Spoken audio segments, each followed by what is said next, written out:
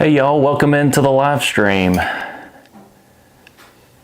So this is just going to be a kind of a informal, laid back stream where we just talk about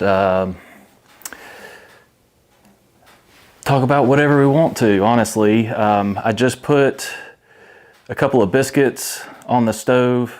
I'm not sure if y'all can see the hot coals burning on top of the Dutch oven back there, but it's going nicely. Y'all let me know in the chat where you're tuning in from.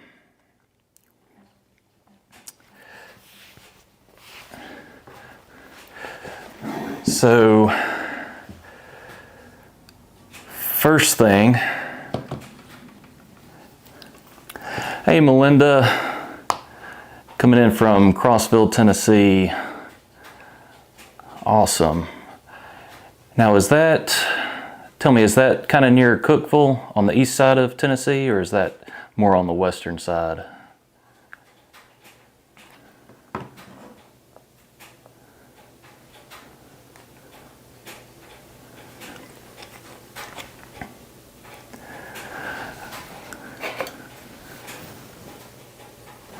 Very cool. I have some family in Cookeville, so that's why I asked. Really like that area up there. What is that? The Big South Fork River National Recreation Area, I think is what it's called. That was one of the first trips that I made kind of before I got my camper, actually. So that's a really beautiful area with all of the natural bridges and everything that comes with that part of the Appalachian Mountains. So, hope you had a happy Thanksgiving. I know I did. I got to spend some time with the family and eat some good food, which is always a nice thing. And kind of on that note, let me know in the chat if y'all have any ideas on, what I should cook on my next video. So actually, I'm planning out my next video, and I'm going to be leaving tomorrow for it. So I'm heading to basically the southernmost point in Illinois. It's the lowest elevation point in Illinois at Cairo. And there's a campground there called Fort Defiance State Park. And you can pretty much sit on the point there. You're in Illinois. You can look across the Missouri River to Kentucky or across the Mississippi to Missouri. And that's kind of a little bit backwards, but pretty cool little area, and we're gonna have some chance for some snow flurries, so that'll be an interesting to see if that plays out. I wouldn't mind actually getting in a little bit of snow. So Melinda, have you gotten any snow up there yet this year? I know you're probably a little bit cooler and maybe a little bit higher elevation than I am here in Birmingham.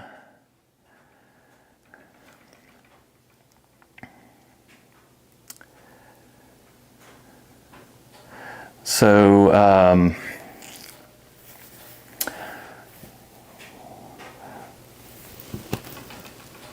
yeah, some cold nights and cold days, but no snow. Oh, looks like the fire went out. Let me turn that back on a little bit.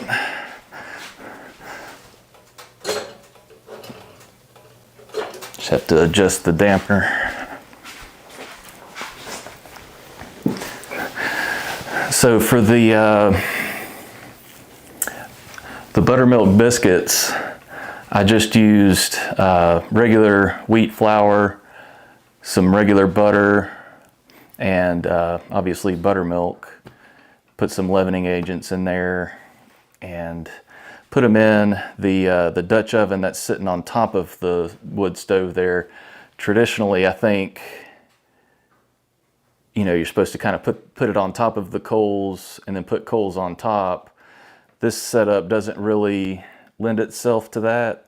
Kind of if I had a hearth or something like that, then I could bring the ashes out and the coals out and put them on top of the coals. But this one has a burner on top of the stove, so it's able to heat up pretty nicely. It's going to take a little bit longer than, say, like a regular oven, but I tested it out 2 nights ago, and they turned out amazing. I also tried with cassava flour. I tried to make biscuits with cassava flour to try to get some gluten-free biscuits, and that didn't work out. Cassava flour doesn't biscuit, especially not like wheat flour. So yeah, it's definitely the cities and everything kind of have a little bit of a different microclimate than, say, like the more rural areas. Yeah, this is actually the first winter that I've had this wood stove going, and I've been loving it. I'm gonna have to make sure I stock up and probably get a whole cord for next winter, just to make sure that I have plenty of actually seasoned wood.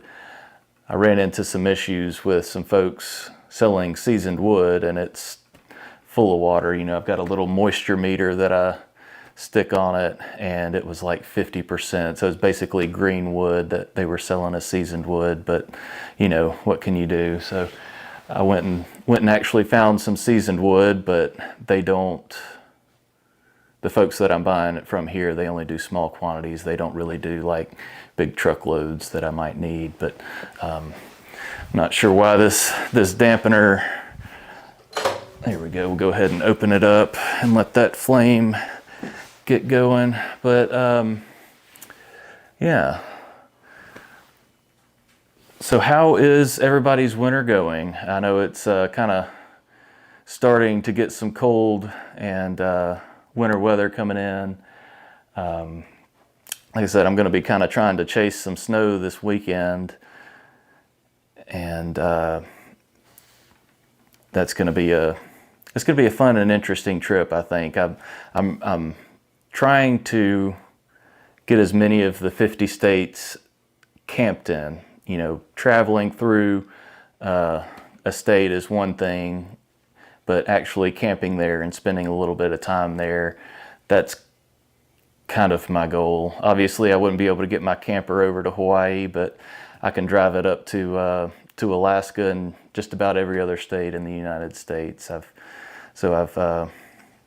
getting a little wooden map that I can mark off the states that I've camped in, especially with Buck. It'll be kind of a Trawick and Buck's camping adventure map, and we'll mark it off as we get to it. And this will this weekend or tomorrow will get me Illinois, and I think I may camp in Kentucky kind of on the way back. So that'll get me Illinois and Kentucky, and then the next closest states that I haven't camped at will be South Carolina and Kentucky are really the ones in the South, like the deep South. Then you've got Virginia and that kind of stuff. So, hey, out there somewhere from Knoxville, thanks for joining. Yeah, I opened up the dampener, and that got it going. Hit 50 degrees today. That's nice. It sounds like it was warmer up there than it was here. I don't have the stickers or the map yet, but I found one online that's it's wooden and kind of a natural look. So I'm gonna probably get that, and I don't know, maybe hang it up in here somewhere, or potentially hang it up in the camper. But yeah, yeah, Buck's hanging out. He loves hanging out by the fire. He's got him a nice warm spot and not a care in the world. But yeah, so what's next?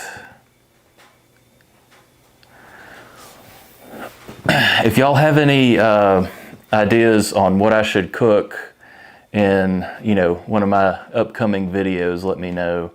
I'm always looking for recipe ideas and kind of getting creative with things. I would say one of the favorite things that I kind of created in my thoughts recently was the ramen that I cooked a couple of videos ago.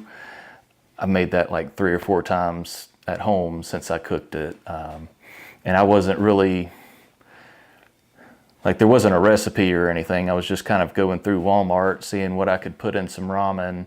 I couldn't find the traditional like freeze-dried or dehydrated vegetables that would go in there. So I picked up that can of stir-fry mixed vegetables, that kind of the Asian style mixed vegetables. Put that in there, and it's perfect.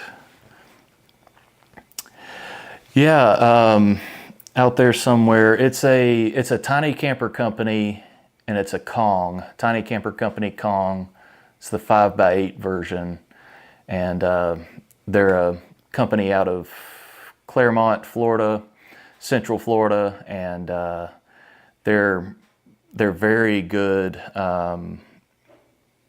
They're a very quality and affordable camper.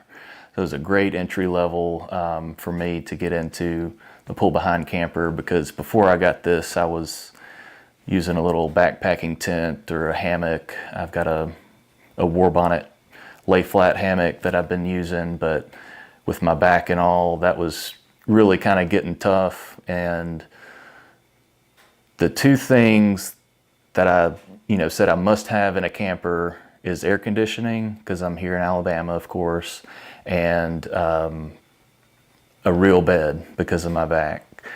I wasn't able to, and then I wanted some space on the side for Buck, but the real bed and the air conditioning was the 2 must-haves. And I think the configuration that I have with this 5x8 is perfect for 1 person and a dog, because I can put the twin bed on, one side. I've got that space where I can sit on the side and cook. Inside, if the weather's bad or whatever, I kind of liken it similar to sitting in the bed of a truck, like if you're truck camping in the back of a truck. But my truck has a 5'2" bed. I'm 6'2", so I might have a little bit of issues sleeping in there and making that work with it being in Colorado. Yeah, Melinda, 1-pot meals are great, but really any kind of meals that would go well camping. I am going to be using this Dutch oven a lot. You'll be seeing that with some stews and soups, especially throughout the winter. But yeah, out there somewhere, I've heard great things about the hiker trailers. I've heard good things about them. So I think this weekend I'm going to keep it kind of simple on the meals and kind of show y'all some of the lower prep and, I wouldn't say ready-made, but I'm trying to eat a little bit more healthy. I was told that I'm gluten sensitive. Obviously, I'm making buttermilk biscuits, so need a little bit of work on kind of cutting that out a little bit, but can always eat a little bit healthier. But yeah, I hear the water kettle going, so I'm gonna pour me a cup of coffee real quick. Look, do you want a treat? Let me get you a treat while you're hanging out.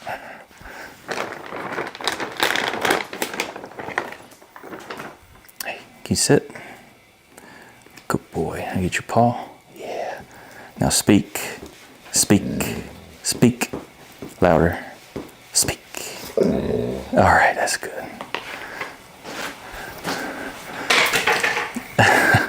You don't want it? All right. He just dropped it. I don't guess he wants it.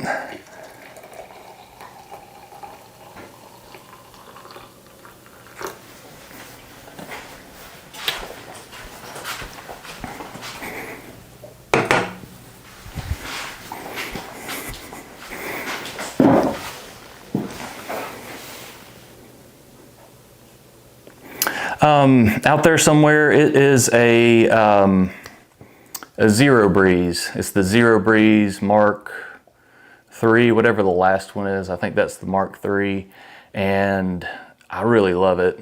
I mean, I was sitting in the middle of basically a parking lot this summer. There's a parking lot in the National Forest, but you know, the sun beating down on that black camper, and it was able to keep it at, you know, 76, 75 degrees, and it did a it did a really good job. Yeah, I think I did give him a treat earlier, so he may be a little bit tired of those pig's ears, but yeah, the Zero Breeze, I really like it for the air conditioning. It has a heating function, but it won't be allowed to turn on. It gives an error if the outside temperature is 50 degrees or below.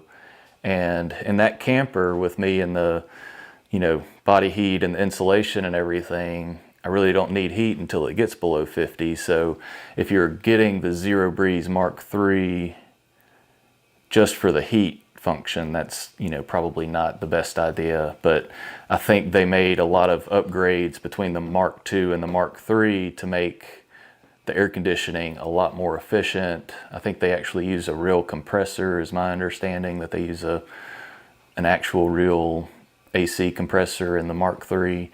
And like I said, I can be sitting in there and it's 90, 100 degrees outside, and it's blowing out, the air that's blowing out of the, you know, the vent is 50, 56 degrees.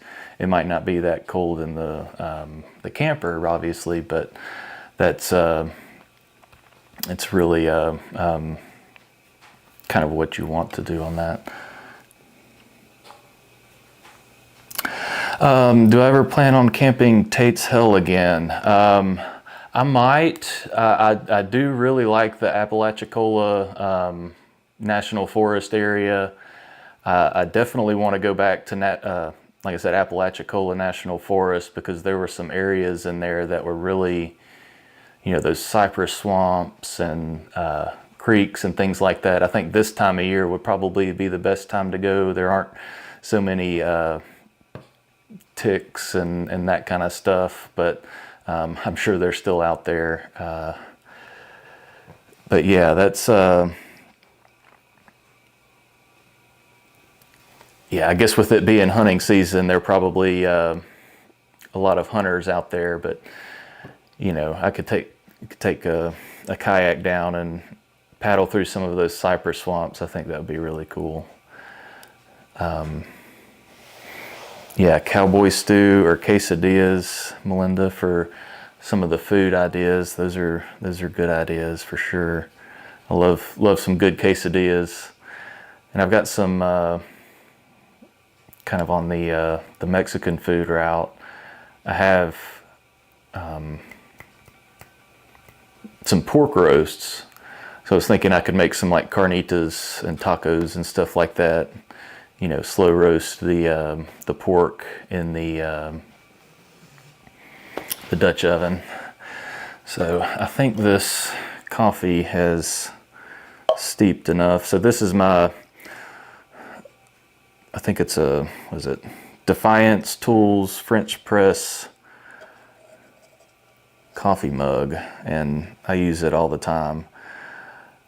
So I'm gonna make a little bit of coffee. I'm gonna pour it into this other cup because I'm gonna put a little bit of this hot chocolate in it. Make kind of like a mocha.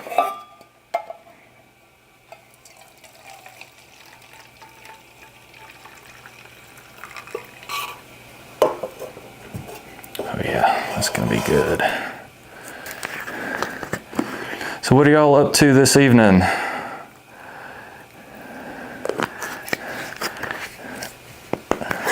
Other than hanging out here with Buck. Buck, you didn't want your treat?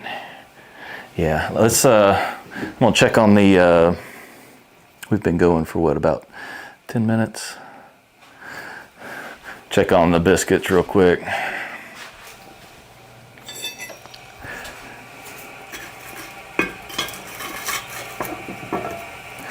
I wish I could figure out a way to get an extra camera so that y'all could see over here, but yeah, that's getting close.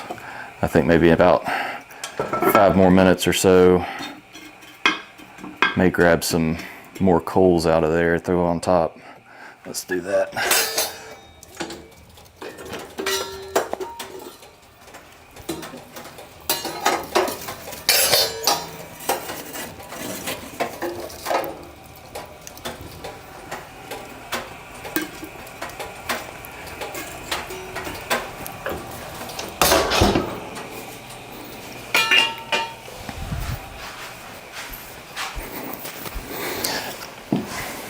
It's good to have that top heat coming down off of the coals with that Dutch oven. It keeps the it actually acts like an oven, so that you got heat from top and bottom, and it's not just going to burn the bottom.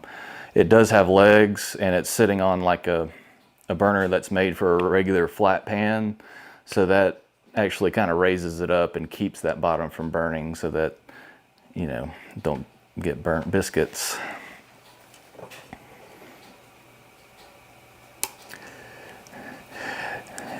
Yeah, it's a big thing. I've had, like, this whole basement was, I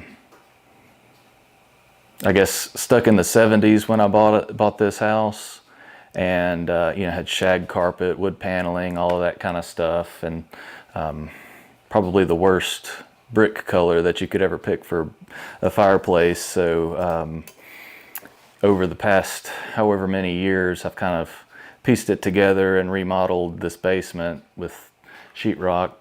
Painting the fireplace was a big thing that really lightened it up.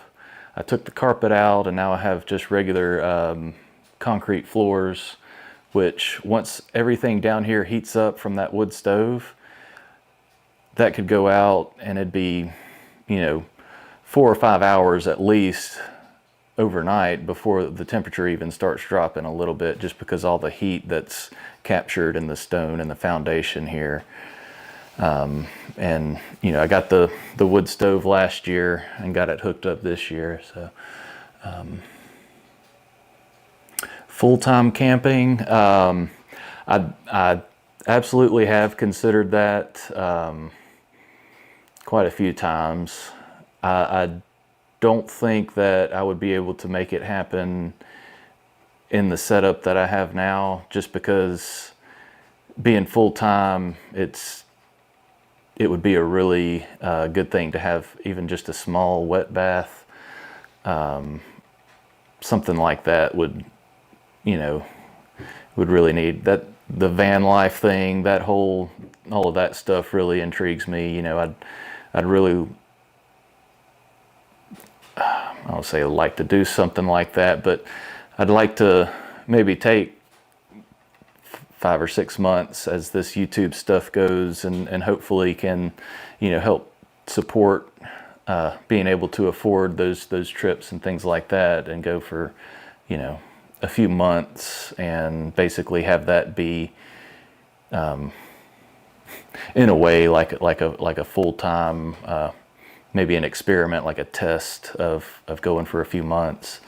The trip to Colorado was basically the longest that I'd lived out of the camper, and I did take a break halfway through and stayed in a hotel to do some laundry and clean up and that kind of stuff and kind of reset. But I do think that I could probably make it work with the camper and the truck and everything that I have. I would probably just need to get a good shower situation, and maybe a little bit different of a bathroom setup. But it's definitely something that has been on my mind as something that I'd like to do, because I just want to go roam. The thing about traveling and camping and stuff for me is, don't know what's around the next turn. And kind of going on that road trip out to Colorado, I thought I was going to go to Pikes Peak first when I left my house. That's how loose my plans were. I was going to go the north route and kind of, circle around towards the south and then back east. But I ended up kind of going a different way. And then I met some people at, where was it? Rio Grande del Norte. And they were like, well, you might want to check, go this way or check out something out that way. And it kind of took me again in a different direction that I was planning on going before I talked to them. And honestly, it ended up with me camping at one of the most beautiful campsites that I've ever been at. So that's the kind of, just going and seeing where the road takes you kind of thing. And that's what I really like about traveling, is just going and not knowing where the next, not really knowing where the next stop is, and then just figuring it out along the way. Yeah. I think this maybe's cooled off enough.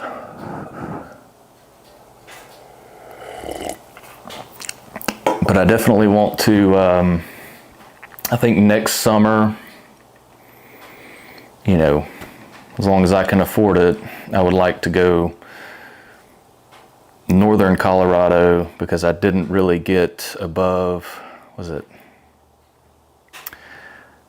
I can't remember the name of the number of the interstate that goes east and west through the middle of Colorado, but I didn't go north of that main interstate going through the middle of Colorado, so I kind of stayed on the southern half. There's a ton of stuff that I missed and drove past on that southern side, but I would like to go north through Colorado, Wyoming, Montana, kind of up in that area, and just explore for a few weeks up there. But I'm also trying to plan, it's still not, set in stone, for next month going out to the Grand Canyon. So taking a trip out towards Arizona, Nevada, and California, and southern Utah. I don't know. Obviously, with it being January, snow, and the weather will be something to contend with. But with it being January, I'd probably go to the Grand Canyon and not have to fight the crowds and that kind of stuff. So if any of y'all have any winter camping tips or winter driving tips, definitely let me know, because I'm Alabama born and raised, and when we get snow or ice here, just pretty much everything shuts down. I think obviously snow chains or ice chains are going to be something that'll definitely be needed on my truck and camper. But yeah, I think it'd be a really fun adventure to go out there and kind of see a different side of the desert versus, obviously in the hot of summer. And we don't get much snow around here, so it's always nice to go to some places that you can get the potential for snow, just because it's something so much different, and it makes it feels like it makes the landscape just look so much different.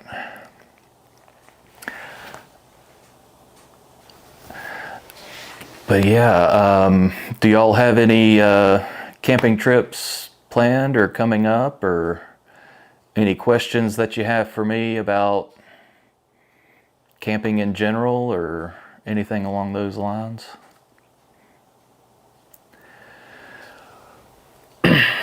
I know, Melinda, and you can tell me to stop if if you want me to, but I know you mentioned that you were wanting to do some camping in your truck camper, and I was thinking, after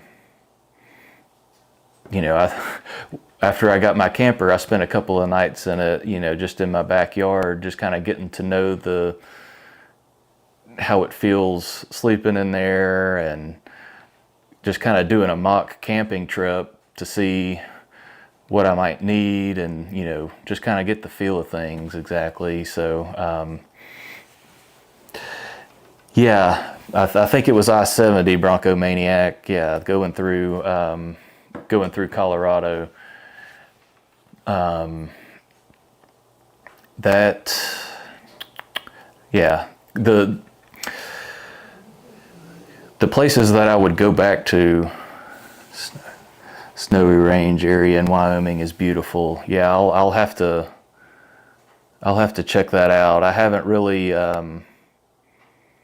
dug deep into the areas and the places in Wyoming and Montana that I'd like to go. Obviously, there's Yellowstone. That's Yellowstone, right? Not Yosemite. It's Yosemite. Why am I drawing a blank on that? I think Yosemite's the one in California. But anyways, yeah,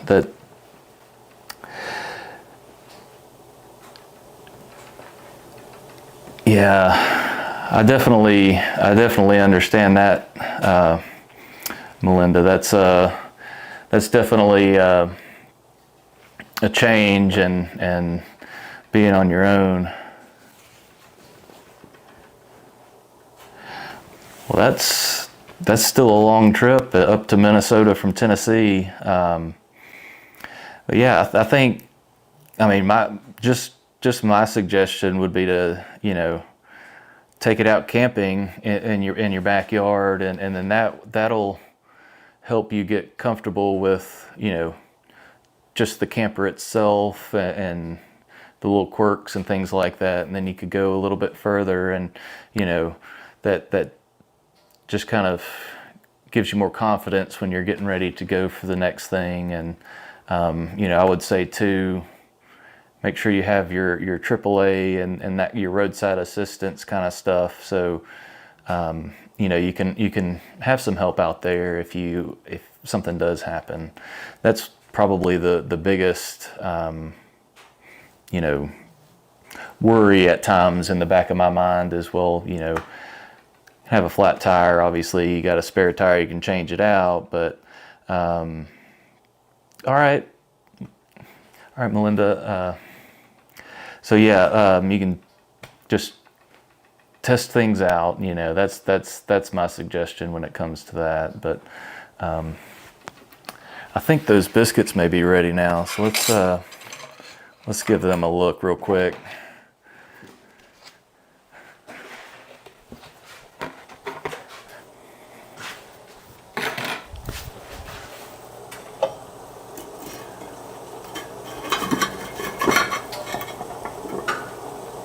That's getting hot. Oh yeah, I think those are done.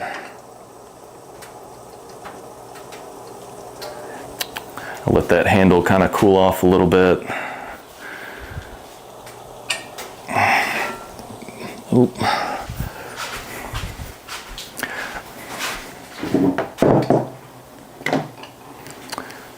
I didn't bring here's a rag.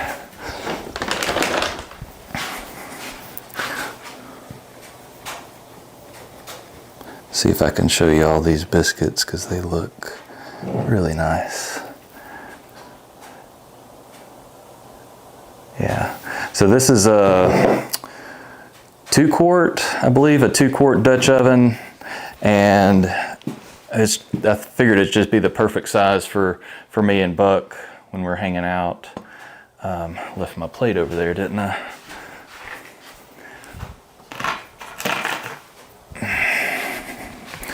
Not too big and not too small.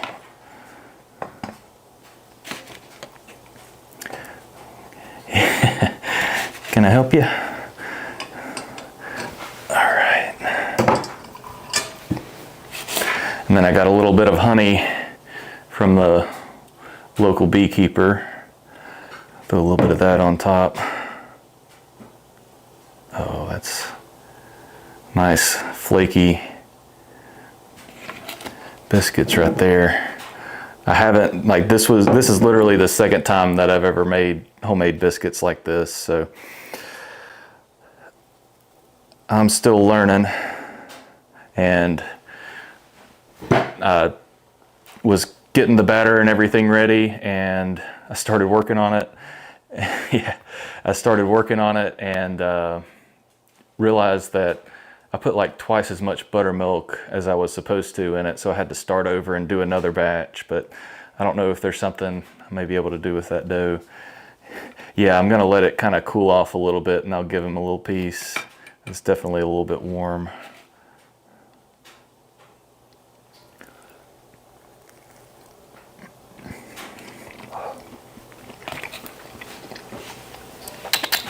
Come here, buddy. Oh, it's not gonna be too hot. Give you a little piece.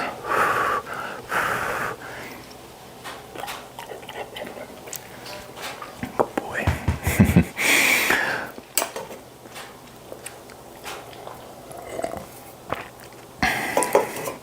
Do you like that, buddy? Can you speak? Speak. Speak louder. All right, twist, twist. That was a big wide twist, but that'll work. Good boy.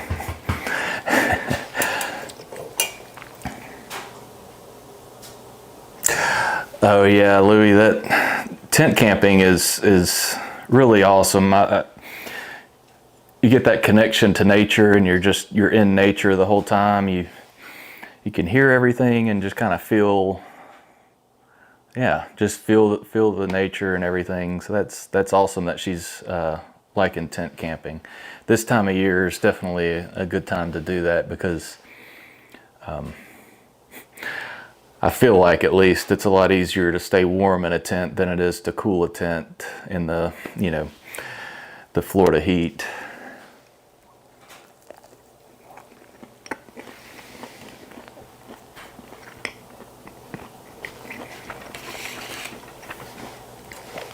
Those are some good biscuits right there. It was just a cup of flour, about a third a cup of buttermilk, sliced up some butter, mixed it in there,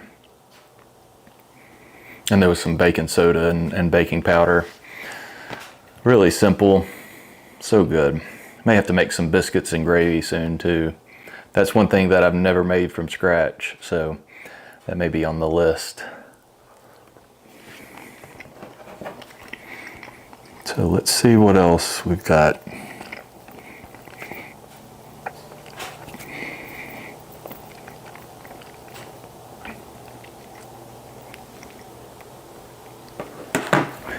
So what's one of y'all's favorite activities to do while you're camping? Cooking, fishing, hiking, things like that, whatever you want to do.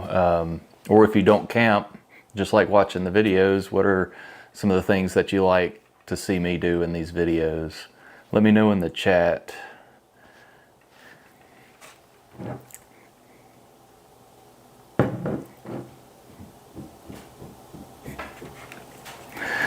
I picked up this honey, whatever you call it, honey scooper. Not sure what those things are called, but I remember seeing them off of, what is it, like one of the cartoon Cheerios, Honey Nut Cheerios. They always had one of these in the commercials, so I figured I might as well grab one.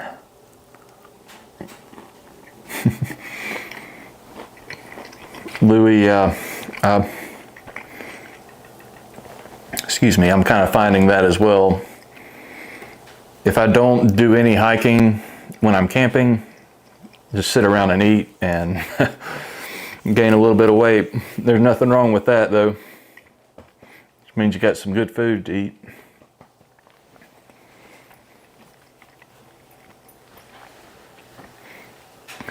I think, kind of like a misconception around camping is that everything has to be camping gear.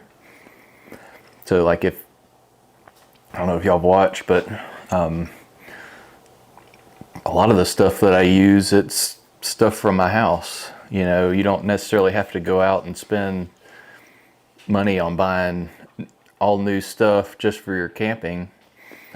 Like using the Dutch oven in here while I'm cooking here, using it while I'm camping. Same with the cast iron skillets. My electric kettle, it's just a $20 electric kettle from Walmart. I know they've got these little Jewel or whatever, camping, overlanding, electric kettles, and they're like $150 or something like that. And they only do, about that much, where that that kettle that I have is like a gallon.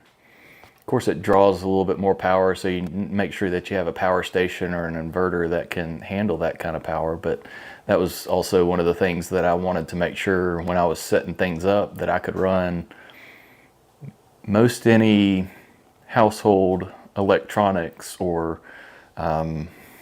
appliance is probably the wrong word, but like that little stovetop, usually about 2,000 watts is going to be enough to get enough to cover the majority of things that you would need on a camping situation. And that electric stove that I have, I think it was 1,600 watts. The electric kettle is 1,400, and then I actually have two electric heaters. And I bought that 250 watt electric heater specifically for camping, because it draws a low amount of power. But the only problem with that is that it doesn't have the automatic on and off switch when it gets to a certain temperature. So it could run all night, and I've left it on at night and then woke up in the middle of the night just sweating because it's too hot. So the last time that I camped, which was over the Thanksgiving holidays, I just used my camper as an extra bedroom while I was visiting with family. So I slept in it, and I just pulled a little space heater I have from here. I think it was a 1,500 watt or something like that, and I set it, on the setting to where it would cut off at about 65, 68 degrees, right in there, and it barely even turned on. So I think that's actually going to be more efficient, since it has the ability to shut off, than the 250 watt. So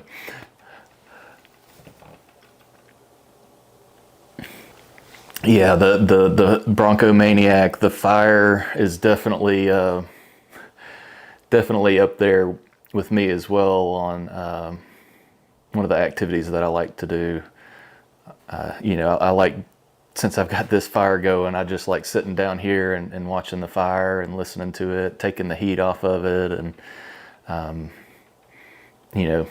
cooking on it as well. It's just there's something about it. It's a different kind of heat, and really watching the flames kind of flicker. It's meditative in a way. So, hey buddy, you want another piece of biscuit?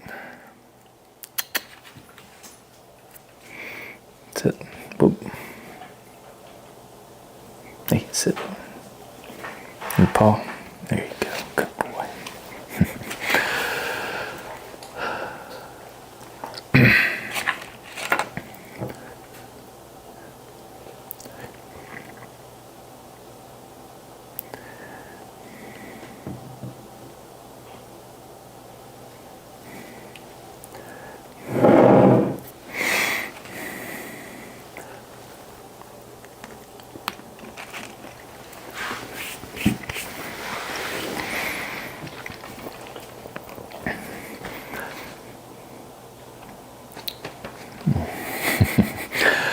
His tail's always wagging.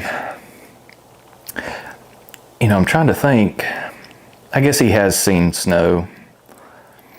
We've had some snow around here since he's going to be 5 years old. The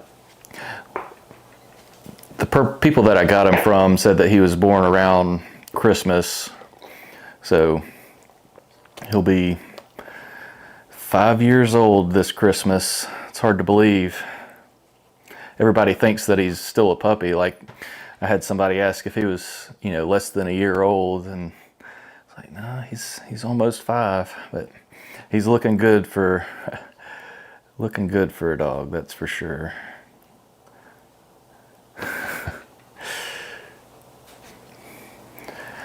So do y'all have any dogs that go camping with y'all?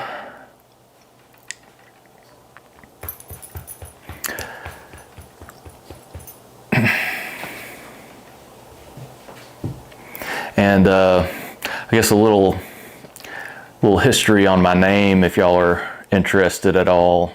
So it's pronounced Treywick. If you're watching some of my older videos, I always introduced, hey, welcome back. My name's Treywick, and this is Buck. I kind of like to do that because I feel like a lot of people may not 100% understand or know how to pronounce it from what I've experienced, and I feel like it makes it a little bit more personal that I'm able to y'all are able to know for sure how to pronounce my name.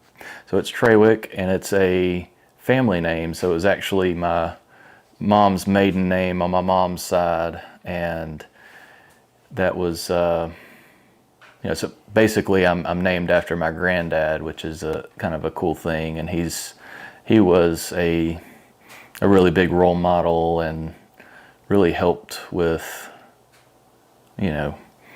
me being who I am today, honestly. The sand, Louis, that was I didn't deal with it. I just kind of lived with it. It was just, I just knew it was going to be everywhere and in and on everything, and I just went with it. Yeah, and then the last day, so I'd actually planned, I left, I went over on the ferry on a Thursday, and I was planning to go back on the ferry on a Tuesday, but the last couple of days, the wind and the weather picked up, and it was just like a sandstorm. I'd get out of my camper, and there'd be, an inch or, a couple inches of sand just blowing along with the wind, and sand blasted my feet and legs and everything, and the waves and all the current, it couldn't keep a line out. So I just decided, I was like, called up the ferry, asked if they had any openings where I could get across a day early. So I actually went back a day early because there wasn't anything that I could really do except just hang out in or by the camper. If I hung out by the camper, I was getting sandblasted the whole time. So it just it was really fun and really relaxing when the weather was nice. But once the weather kind of turned, it took the fun out of it, that's for sure.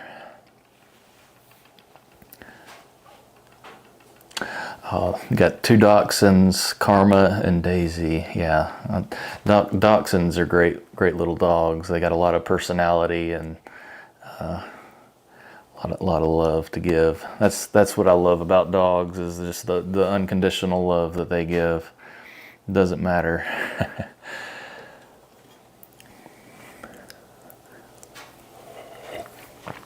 So I had planned out for about an hour on this live stream, and we're getting to about 10 minutes left. So just opening the floor to any kind of questions, Q&A, for me or anybody else that might be on the live stream as well. Could be camping related, could be about Buck, could be about whatever else. So let's see. Yeah, I think I've been thinking about doing a little bit of, or trying to do a hunting trip.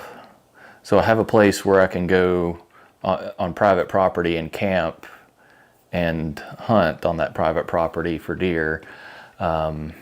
The main reason that I hunt or would hunt is for the meat, so that I can, put it in the freezer and eat on it throughout the year. But let me know if that's something that y'all might want to see. Do kind of peppering in a little bit of hunting here and there, along with the normal camping adventures. I know some people might be a little bit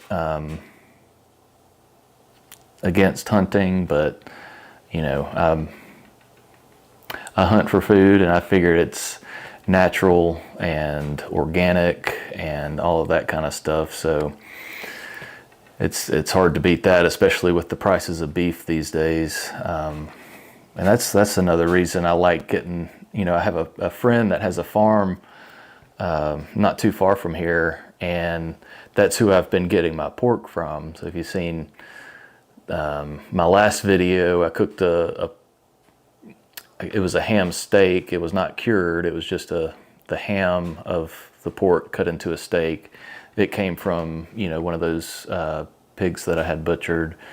Having those locally raised, even if it's not, you know, they're feeding regular feed to them, which I don't care, honestly. But it's locally grown, locally butchered, and it's really hard to beat that kind of stuff.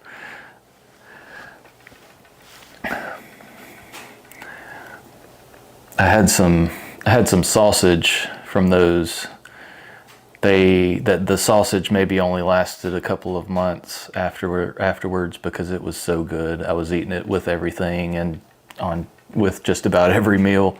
So I'm getting down to where it's almost time to get another round. So that's one thing that I'm going to tell them to load up on is the link sausage that they made last time.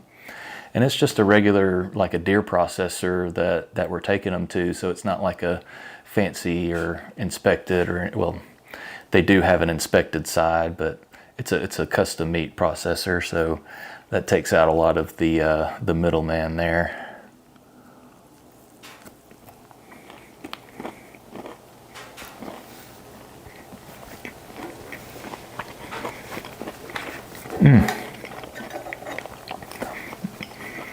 When I was picking this honey up at a little local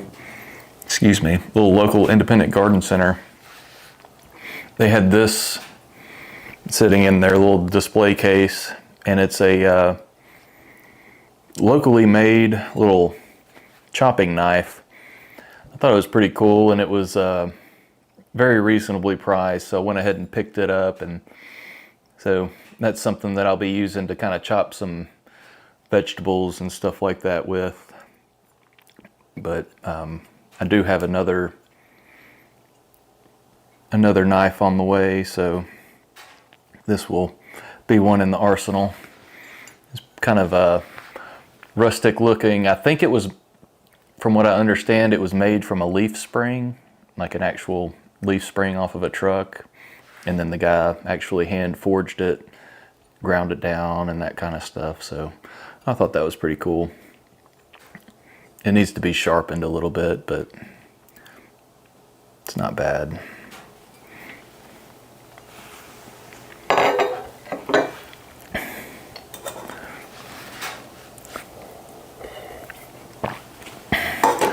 Well, all right, y'all. I guess I'm gonna go ahead and made it 55 minutes, had an hour planned out for it, and this was obviously my first live stream. I wouldn't necessarily classify myself as the most extroverted or whatever you want to call it, but it's my first live stream, hopefully the first of some more. So I really appreciate y'all for joining. And yeah, the next video, the one that I'm going to be shooting starting tomorrow, will come out on Thursday. I'm going to try to do my best to have a video come out every Thursday. I wasn't able to this week with Thanksgiving and all of that kind of stuff, and then I had some work obligations, but that's why I was like, well, let's try doing a live stream and see how that goes. So here we are. But yeah, I really appreciate y'all for watching. And we'll see y'all on Thursday. Hope y'all have a good one. Have a great rest of your weekend and a start to your week next week. Y'all stay safe out there.